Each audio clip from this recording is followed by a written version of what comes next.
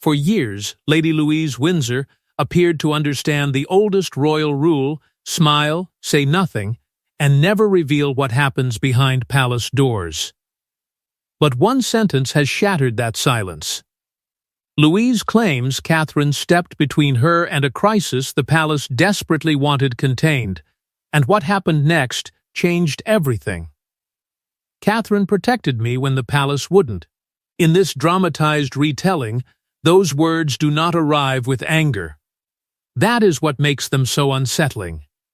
Louise does not sound like someone chasing scandal.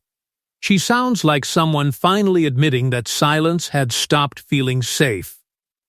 For most of her life, she had occupied an unusual place within the monarchy, close enough to understand how decisions were made, yet distant enough to remain outside the brightest glare of royal attention. She knew the ceremonies, the protocols, the careful language. She also knew that behind closed doors, loyalty could become pressure, and tradition could suddenly feel less like protection than a command. Louise had built her public identity around restraint. She rarely appeared to demand attention, rarely pushed herself toward the center, and seemed almost uniquely comfortable existing at the edge of royal spectacle. But that quietness had another purpose. It protected her. If she did not complain, there was nothing to answer. If she did not challenge the rules, nobody could accuse her of misunderstanding her place. Then something changed. According to the fictionalized account at the heart of this story, Louise found herself trapped between family loyalty and a palace expectation she could not satisfy without surrendering something deeply personal. Senior figures allegedly wanted the matter dealt with quickly, discreetly, and above all, without emotion complicating the outcome.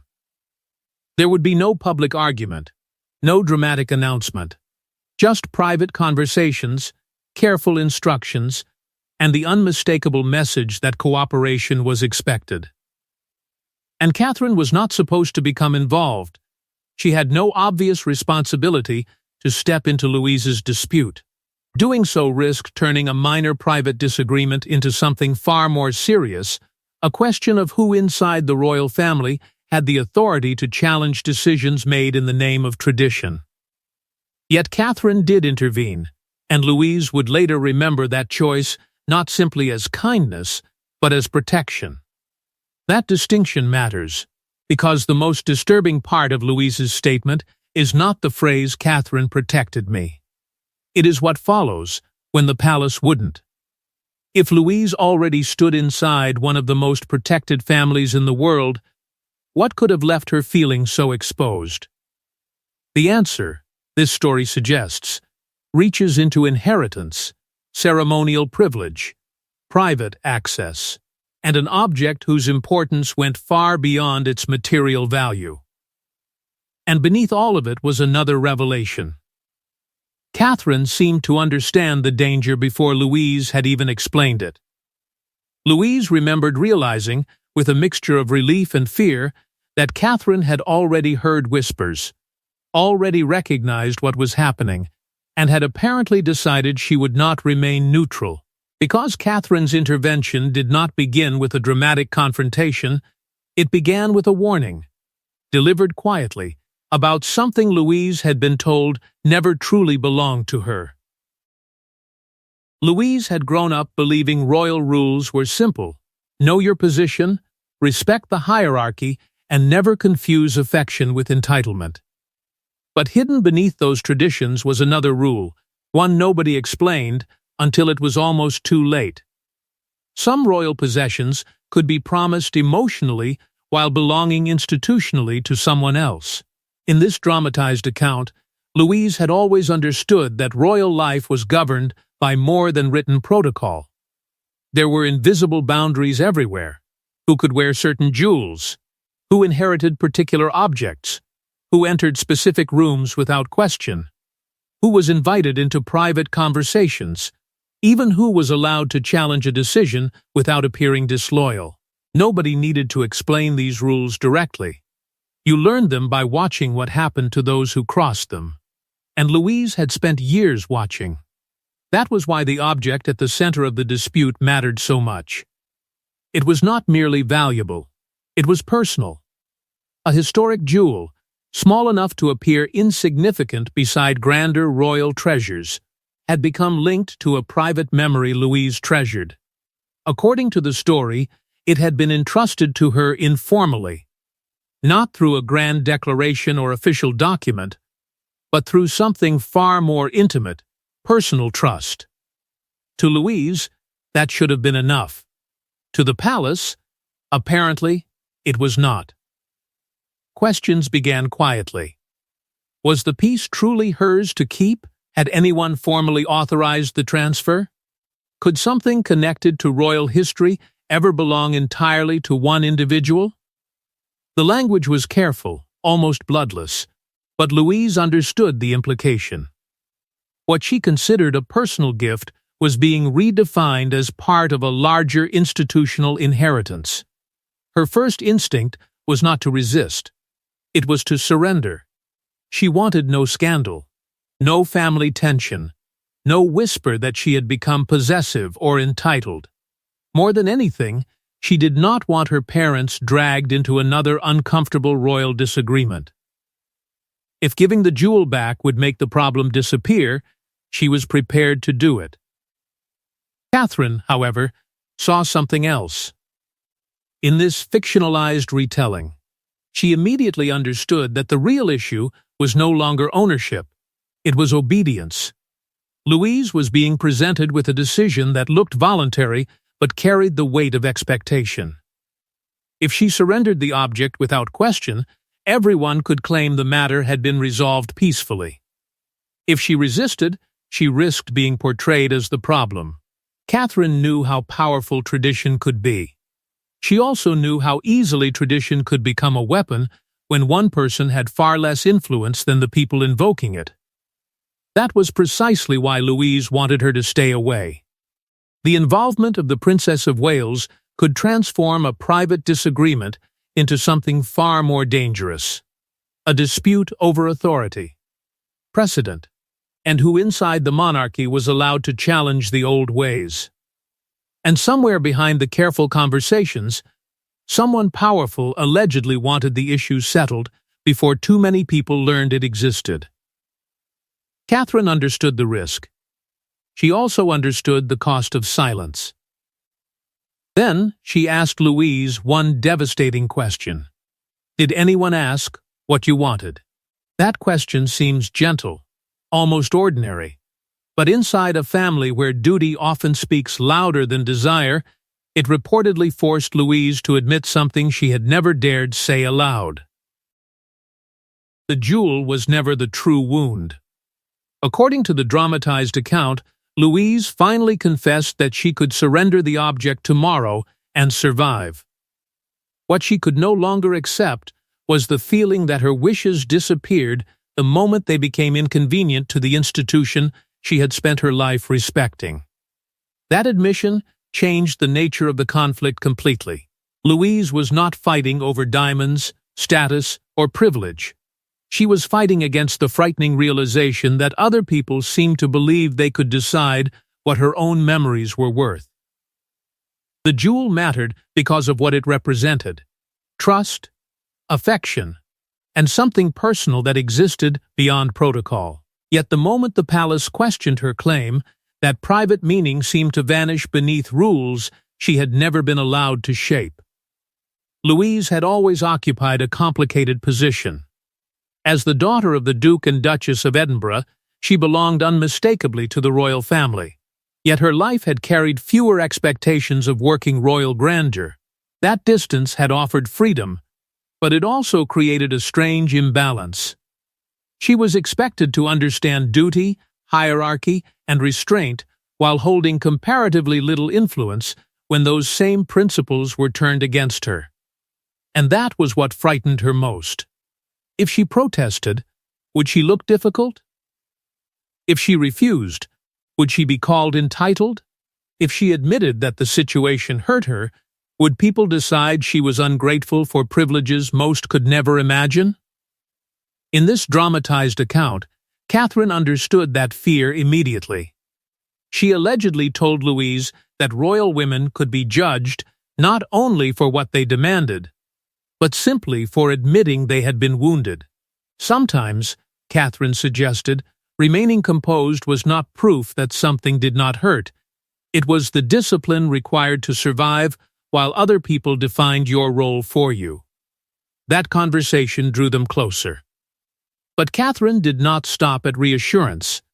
She began asking questions. Where had the jewel come from? Who had originally controlled it? Was there documentation proving that it remained institutional property? And most importantly, who had actually authorized its return? The answers were disturbingly inconsistent.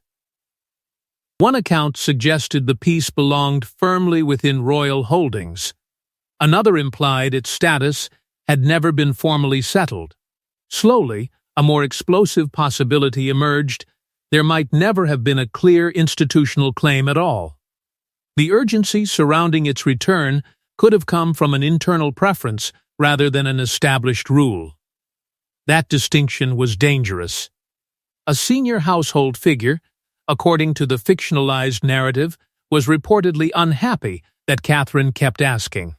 What others dismissed as a minor dispute was beginning to expose a much larger question. Who was allowed to say no? Louise realized Catherine was spending political capital on something everyone insisted was insignificant. But Catherine understood the contradiction. If the matter were truly insignificant, why was so much pressure being applied? Then came the message that changed everything. The jewel was being requested for an upcoming private royal occasion. There was now a date attached to the demand. Louise could surrender it quietly or openly resist. And for the first time, resistance was no longer theoretical. Because a date had been chosen, an instruction had been issued, and Catherine now had to decide whether she was willing to stand between Louise and the machinery of the palace. The confrontation did not happen beneath television lights or during a royal procession. It allegedly unfolded behind closed doors, where reputations are protected and disagreements leave no official record. Louise expected Catherine to advise compromise. Instead, Catherine reportedly did something far more dangerous. She refused the palace's request outright. In this dramatized account, the meeting was meant to be simple. Catherine was there. Louise was there. So were representatives concerned with royal property, precedent, and protocol. Louise entered believing the decision had already been made. She assumed Catherine's role would be to make the surrender feel less humiliating, to help her accept what everyone else seemed to regard as inevitable. But Catherine did not accept the premise. When the request was repeated that the jewel should be returned without further delay, Catherine reportedly asked for the basis of that demand. The answer came quickly: precedent. Royal possessions, Louise was told, could not be governed by private sentiment alone. Catherine's response was calm, but devastating. What precedent? That question unsettled the room. If there was a clear rule, she wanted it identified. If there was documentation, she wanted it produced.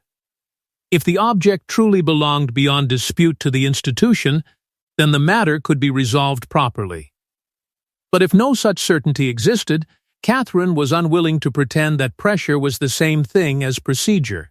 Louise felt the tension rising around her. This was exactly what she had feared. Her name was now attached to an internal disagreement, and the longer it continued, the greater the risk that she would be seen as the cause of it. So she tried to stop everything. She offered to return the jewel. Voluntarily, she said. But Catherine reportedly interrupted, not because she insisted Louise must keep it, but because she recognized what everyone else was avoiding. Louise was not making a free choice. She was trying to end the discomfort. And Catherine wanted that difference acknowledged. If Louise returned the piece, Catherine argued, the record should make clear whether she had done so willingly or because she had been placed under pressure. That changed the entire meaning of the meeting. What had been dismissed as a minor question of household property suddenly became something much harder to contain. A dispute about consent, authority, and how much power an unwritten royal expectation should carry. For some inside the palace, that was the real danger. If one younger royal could challenge a private decision, what happened when another did the same? Louise saw a side of Catherine she had rarely witnessed. No raised voice. No theatrical confrontation. Just a refusal to retreat because the room had become uncomfortable. Then came the remark that changed everything. The jewel, Louise allegedly learned, was not the only matter under consideration. Her cooperation could influence how she was regarded in future ceremonial arrangements, what roles she might be offered, what access she might retain, and how closely she would remain connected to the institution she had spent her life respecting. And that was when Louise allegedly understood the true stakes, because what began as a dispute over a family jewel was now threatening something far more valuable: her place within the royal family itself. Royal punishment rarely needs to look like punishment. There are no dramatic decrees, no banishment notices nailed to palace gates. A name simply disappears from a guest list. An invitation never arrives. A ceremonial opportunity goes elsewhere. And Louise allegedly began to fear that protecting one private memory could cost her an entire royal future. In this dramatized account, nothing happened that Louise could point to and call punishment. That was what made it worse. Invitations seemed fewer. Certain ceremonial opportunities passed quietly to others. Conversations that once felt warm became shorter, colder, more careful. Even small changes in access or seating began to feel loaded with meaning. Perhaps they were innocent. Perhaps they were not. Louise had no way to know, and that uncertainty became its own form of pressure. Every ordinary change now carried the shadow of the confrontation. Was she being excluded because she had questioned the palace? Had someone decided she needed to learn where the boundaries were? Or was she simply seeing patterns because fear had taught her to expect consequences everywhere? Nothing was explicit enough to challenge, yet everything felt different. That ambiguity wore her down. Louise began to consider the easiest solution again: return the jewel, end the dispute, restore peace. If one object had caused this much tension, perhaps keeping it was no longer worth the cost. Catherine, in this fictionalized retelling, warned her against making a decision simply to make the discomfort stop. Especially, she suggested, when that discomfort might be benefiting the very people waiting for Louise to give in. But Catherine's position was becoming more complicated too. She was a senior royal. She could defend Louise privately, but she could not openly appear to wage war against the institution she represented. Every intervention required balance. Every question risked being interpreted as criticism. And whispers allegedly began to circulate that Catherine had become too involved in a matter that should have been resolved quietly. Louise felt guilty. Catherine's support was costing her something. Relationships, goodwill, perhaps even influence she would one day need in a far more important role. Then another family member reportedly approached Louise with a softer warning. Settle it, they urged. Not because Catherine was wrong, but because continuing might expose disagreements far larger than one jewel. That warning only deepened the mystery. Why would such a small object threaten to reveal something bigger? The answer began to emerge when Louise discovered an old personal note connected to the piece. It was not formal. It was not legal. But its meaning was unmistakable. The words appeared to confirm exactly why Louise had always believed the jewel had been entrusted to her personally. And suddenly, the dispute no longer looked like a misunderstanding. The note should have ended the argument. Instead, it opened a far more dangerous question. If Louise's understanding had been right all along, why had someone inside the palace been so determined to make her surrender it?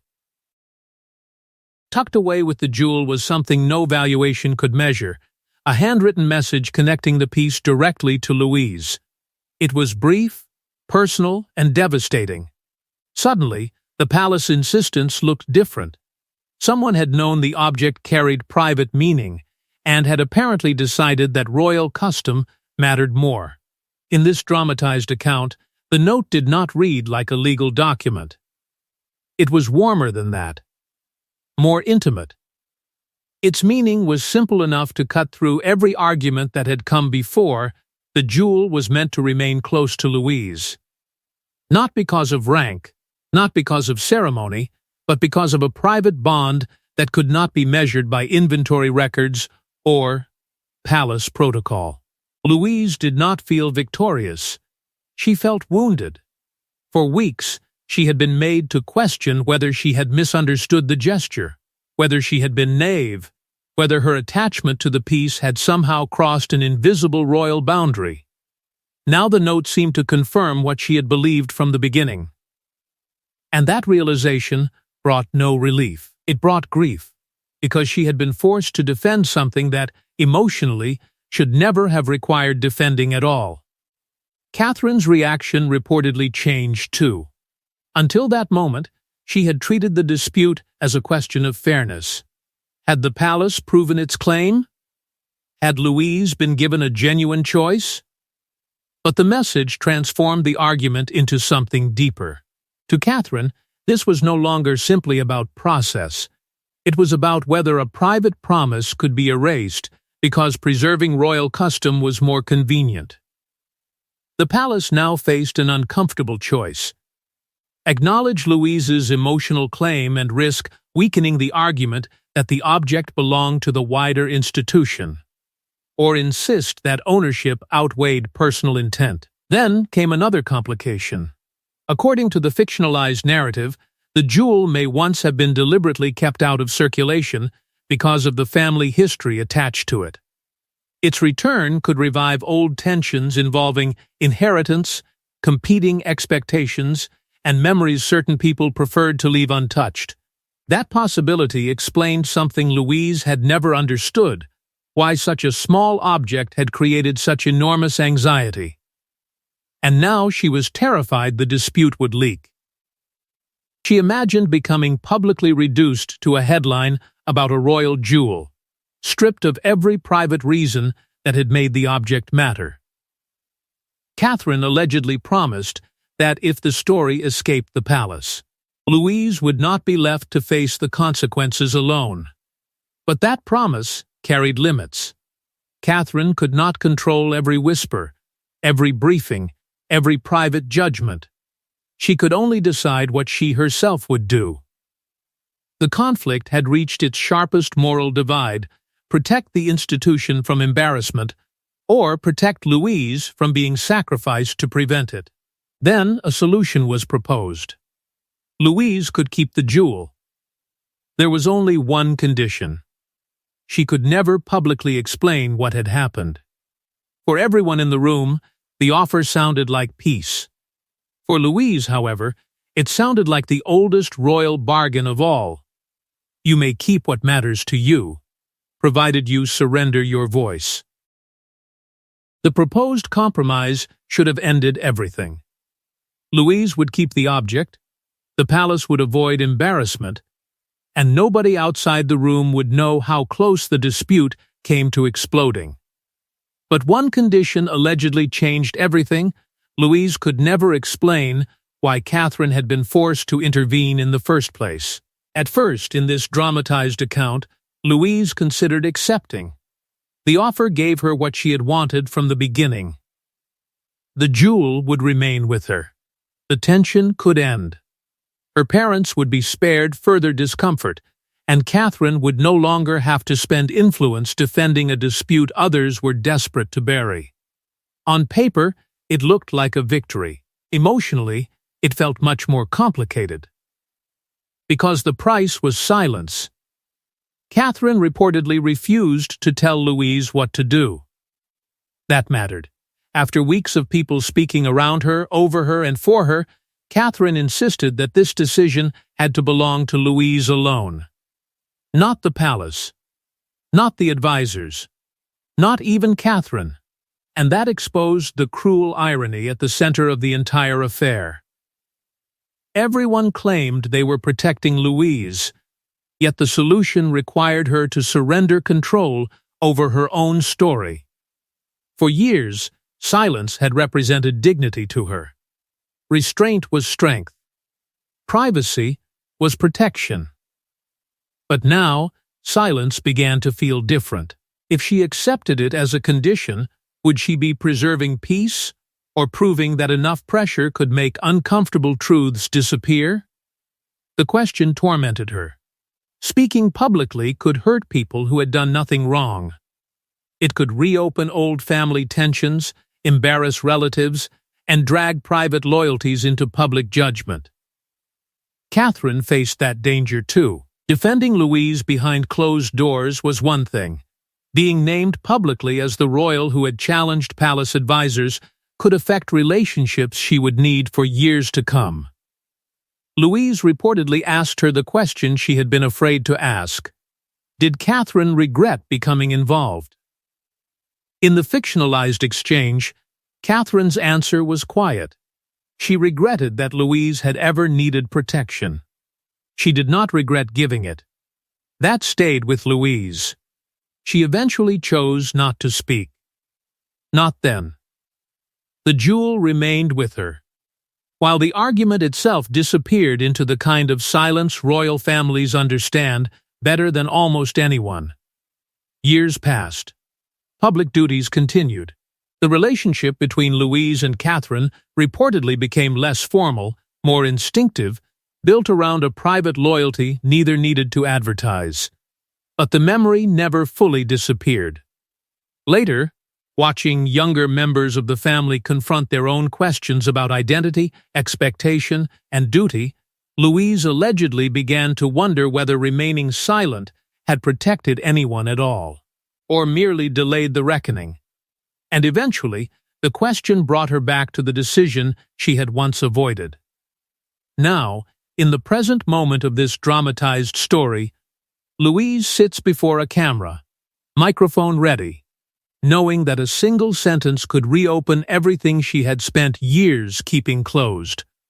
And when Louise finally began speaking, she did not start with the jewel, the palace, or the argument.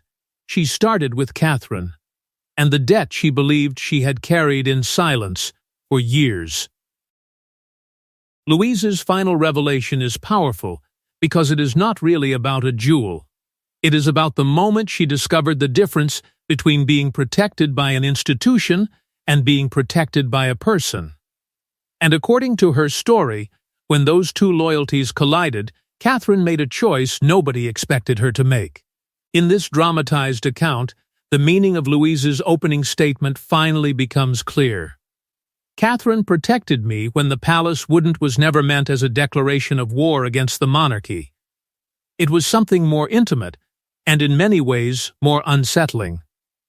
Catherine protected Louise's right to choose when everyone else seemed focused on keeping order. She did not tell Louise to rebel. She did not encourage defiance for its own sake. She simply insisted that tradition should not erase the person standing beneath it. That distinction changes everything. The jewel had become far more than an object. It represented memory, inheritance, voice, and the fragile line separating private family bonds from institutional ownership. Louise kept it not as a trophy, not as proof that she had defeated the palace, but as a reminder that someone inside the system had believed her wishes deserved to matter. And that someone was Catherine. Within the story, Catherine emerges as a figure who understands royal rules deeply enough to know when those rules begin causing harm. She does not reject tradition. She recognizes its weight, but she also understands that loyalty without compassion can become something colder, something harder, something that protects the institution while quietly bruising the people expected to serve it. That may explain why Louise's trust in Catherine deepened afterward. Outsiders may have seen polite family appearances. Louise, according to this fictionalized retelling, saw something else entirely. A woman willing to spend influence defending another person's dignity when there was nothing public to gain from it. And the political meaning is impossible to ignore. If a future queen is willing to question unwritten practices behind closed doors, then the monarchy may change not through dramatic reform, but through hundreds of smaller decisions. Who gets heard? Who gets protected? Who is allowed to say no? For Louise, speaking now brings relief, but also fear. Gratitude toward Catherine cannot be expressed without exposing the conflict Catherine once tried to contain. And even now, Louise allegedly leaves one detail untouched. She never names the person who pushed hardest for the jewel's return. That silence is deliberate. One secret has been broken. Another remains locked away. Perhaps that is the final irony. Louise has finally told the story, but not all of it. She has revealed enough to explain Catherine's role while preserving the identity at the center of the pressure. And what remains is not a story about victory. It is about choice. Louise kept the object because somebody reminded her that being royal did not mean surrendering every private feeling to the machinery around her. Catherine's role was not to destroy tradition, but to stand in the narrow space between tradition and the people forced to live beneath it. Because if Louise's story reveals anything, it is that the most consequential royal battles may never involve crowns, balconies, or public scandal. They may happen in silent rooms, over objects nobody notices, when one person finally asks the question the palace fears most. What do you want?